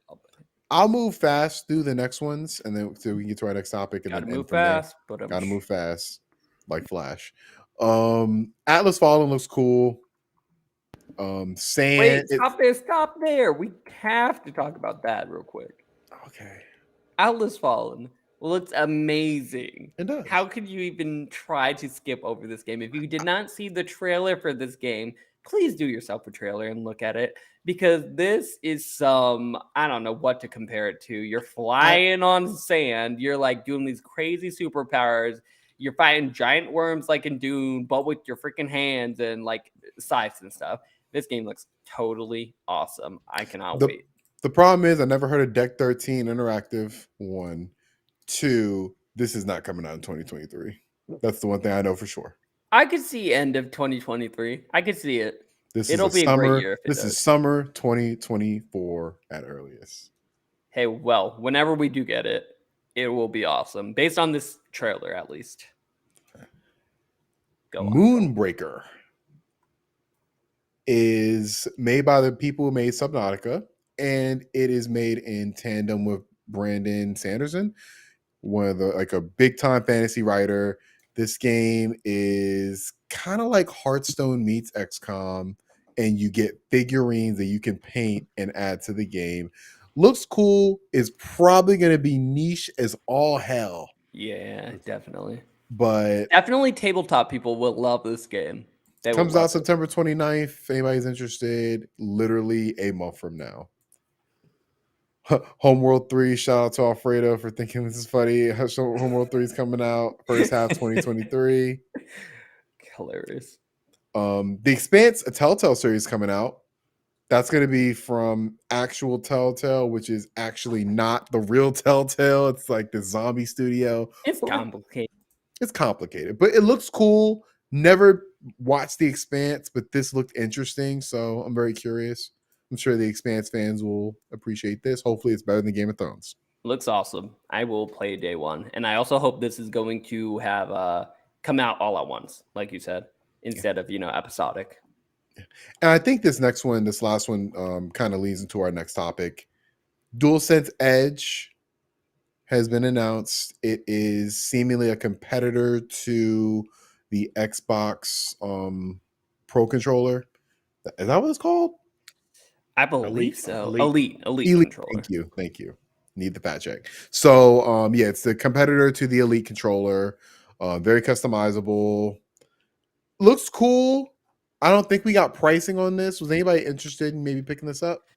If it stays charged longer than the Something tells me it's not. That's the thing. Yeah, probably not. I don't think PlayStation will ever get that right. They haven't got it right since, I'd like to say, because even the PS3 controllers didn't last that long. Yeah. Oh yeah, they did. They lasted way longer than PS4. They did, but never. PS4 isn't that bad though.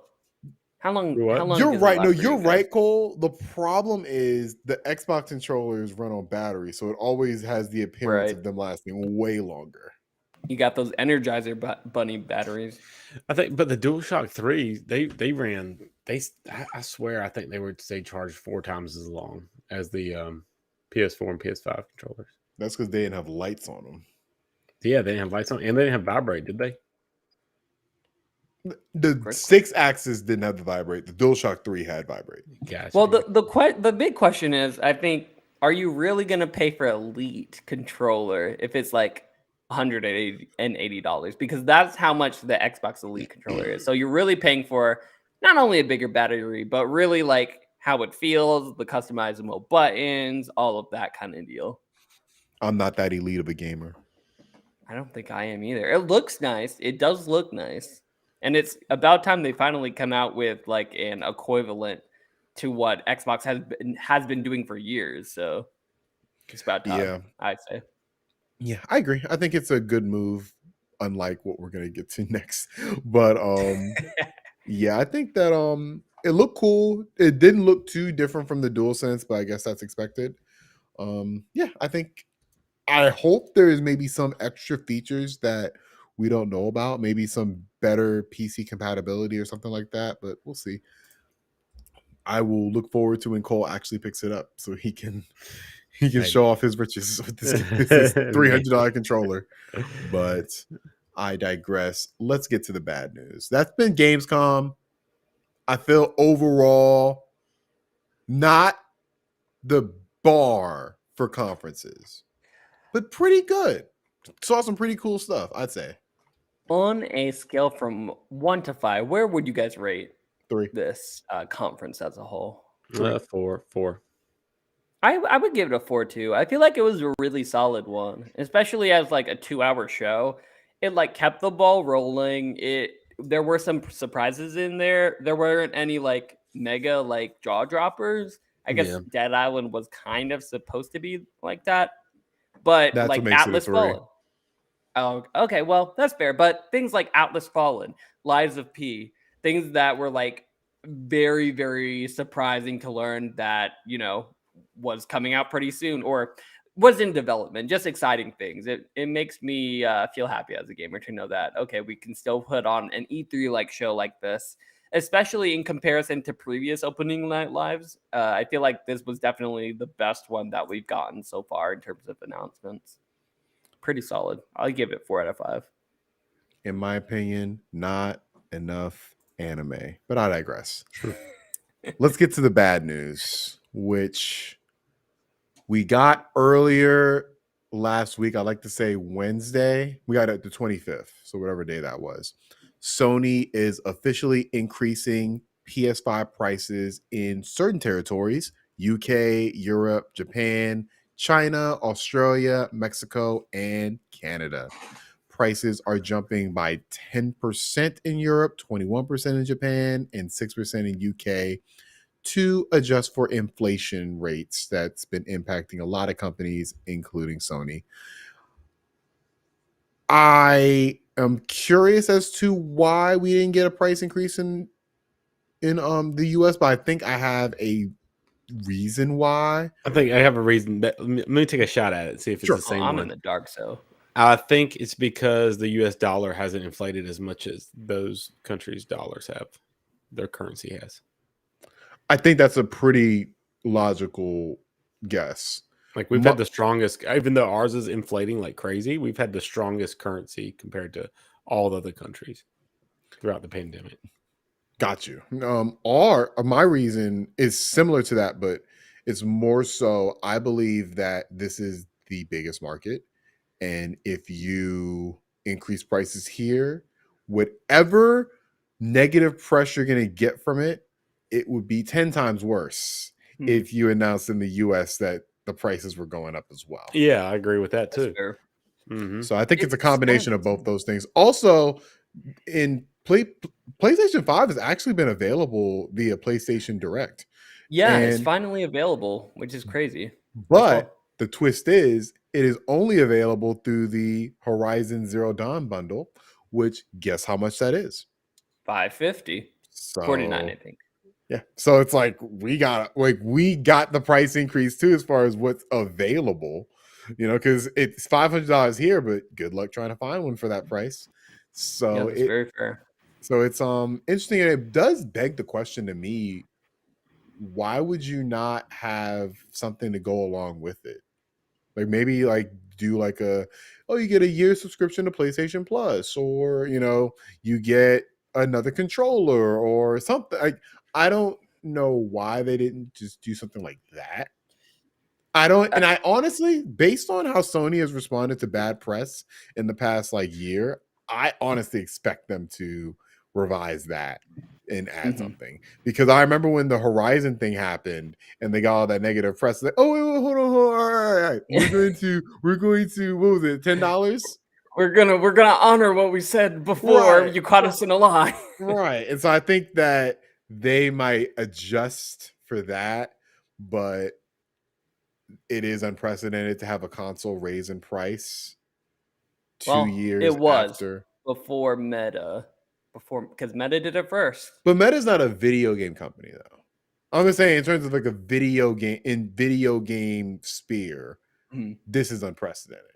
Yeah, Well, we talked about it in that podcast, y'all, and we said, do y'all think that PlayStation are going to follow? I think we all unanimously were like, nah, they ain't going to do that. And here they are doing it. Here it is, weeks later. What's funny is that both Nintendo and Xbox have already come forth saying, because everyone was speculating, oh, if Sony's going to do it, are the other two going to do it? And they already came forward and said, no, we are not going to raise prices in the foreseeable future, essentially, for either of our consoles. So it seems like they definitely want to push that negative sentiment more towards Sony.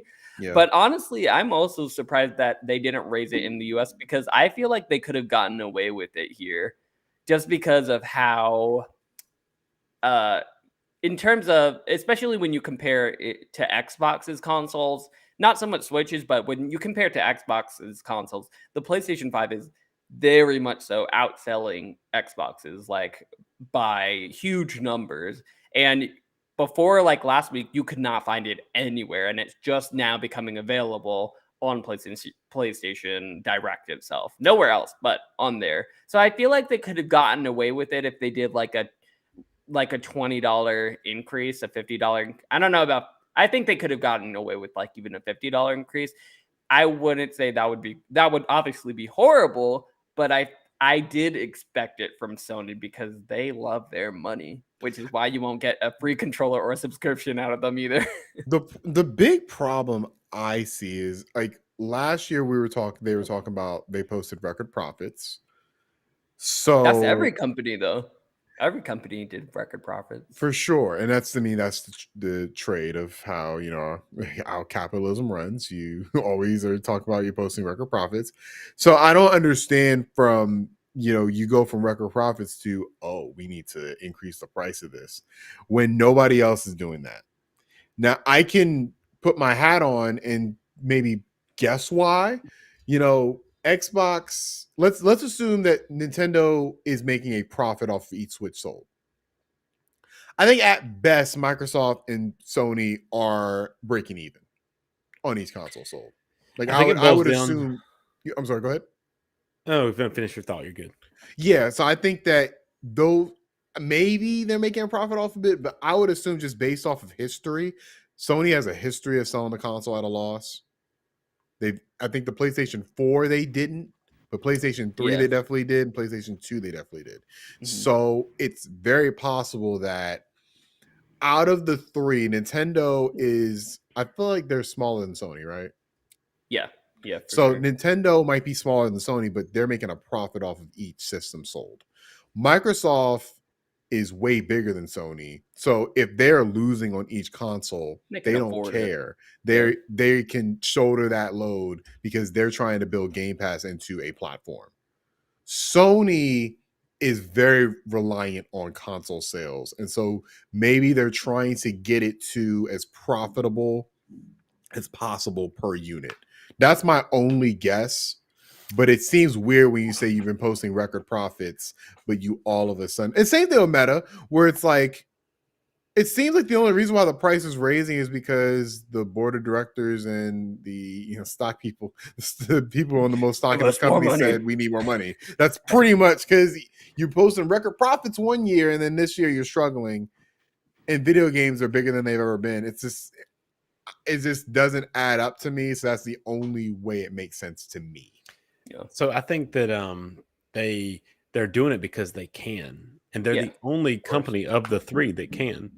The Nintendo Switches are out there like crazy. They're on every shelf. You can walk in and buy one tonight. Xbox Series S, for the most part, you could find one if you really look around your town. You could probably find one. I would say, and I would say with Nintendo, I'm glad you brought them up. Like, Nintendo hasn't dropped the price of the Switch since it came out. Yeah. Or any of their games either. Any of the games. You can only imagine, like, it's probably gotten so cheap for them to make the Switch. Yeah. They're probably like, raise the price. We're eating right now. Like we don't need to do anything. But like as far as supply and demand goes, Sony's in the best position to do it because there's so much demand. Like people were buying it for $150 over on eBay, just months ago. Mm-hmm. So they have the room to do it. They're in the lead. They don't have the amount of PlayStations out that are accessible like the other two companies. So they can do it and they can get away with it. Mm-hmm. Why not do it and try to equalize? Like honestly, whenever they release a system, they should just mark the system up instead of letting these scalpers get everything. Just charge $900 for the system. No, that'll be like $1,200. I know. But I'm saying like let supply and demand kind of equalize out. Like once they start getting to the point where they fill in the shelves, lower the price. Then when they start, just get to that equilibrium point. I don't think I would want it to be that volatile. So nice, I feel like changing the price to be that volatile would be super it's too volatile, but I'm just saying like right now they can take the $50 hit because the demand grossly outweighs the supply. Right. I feel like there's no I feel like a lot of companies are using the inflation excuse. Yeah. And it's easy to say because you can't really disprove it. But something to like if you're the only one that's raising the price, inflation's affecting everybody. So if inflation's affecting everybody, so why would it just doesn't make sense to me. Like all the you would think that if it's affecting everybody, we all just raise them. Like they're all just raised. That's pretty much how it kind of works. Like especially with let's say when video games go from 60 to 70. It's like that wasn't like, oh, Sony's games are going from 60 to 70. That's all games. It was for a little bit though. It was only Sony. It was weird because Xbox was still trying to all games are Xbox games. Like it's not a Series X game, it's an Xbox game. But they've gone away from that. Like it's now if it's an Xbox exclusive game, I feel like Starfield, if you want to buy that, retail is going to be 70. Yeah. It's going to be on Game Pass for free. But if you want that box copy, you're gonna have to pay $70 for it. Or maybe Sony led the charge with that. Maybe they're gonna lead the charge with this, and Xbox is gonna be in a month, 30 days. We're increasing the price, $50. I feel like Xbox doesn't need to. Like Sony needs, Sony on some level. No, Sony doesn't need to. Sony can, and Xbox just straight up can't. But in terms of a need basis, Sony would need to more than Xbox because there's not as much supply. You're saying. That and they can't afford it as much. Xbox can afford to take an L because Xbox has a future towards streaming. So getting the box is almost just like a foot in the door of the Xbox experience. The Trojan horse. Like Sony's like, yeah, you can get PlayStation Plus if you want to, but we really just want you to buy this console. Yeah. And the games at $70. Like we were forced into making this dumb service. Yeah, this is what you wanted. Now buy it. We really want you to buy Horizon for $70. Like that's what we really want you to do. Mm-hmm. And I mean, it's not. I don't think it's not the worst decision in the world, but there's been a lot better decisions. Yeah. Definitely. Any final thoughts on this semi-bad news, y'all? Just don't increase. Well, I already have my PS5, but still, don't increase it any farther. You're trying to get clans of PS5. Like, why are you trying to make it harder, Sony? Right. Just come out with the PlayStation 5 Pro. Okay, we know you're gonna do it, and you're probably gonna charge now like what, $100 more, $200 more. Who knows? And honestly, just to spite me, they'll probably make this console even bigger. Yeah. They'll make it more audacious. Yeah, make it more like a spaceship. It'll be an actual spaceship. Put a fin on it. The PlayStation briefcase. Well, maybe we'll get our PlayStation briefcases in the future. But until then, I want to thank everybody for listening or watching the Dukes of Gaming podcast. You can listen to us on your favorite podcast service. Watch us live on Twitch and YouTube. You can even email us at therealdukesofgaming@gmail.com. Have your question read live on air on Cole's mailbag. We'll be coming at you next week with some more hot takes. Hit the bell as well to get notifications on when we drop our videos on YouTube. So join us everywhere, every week as you start your week right with the Dukes of Gaming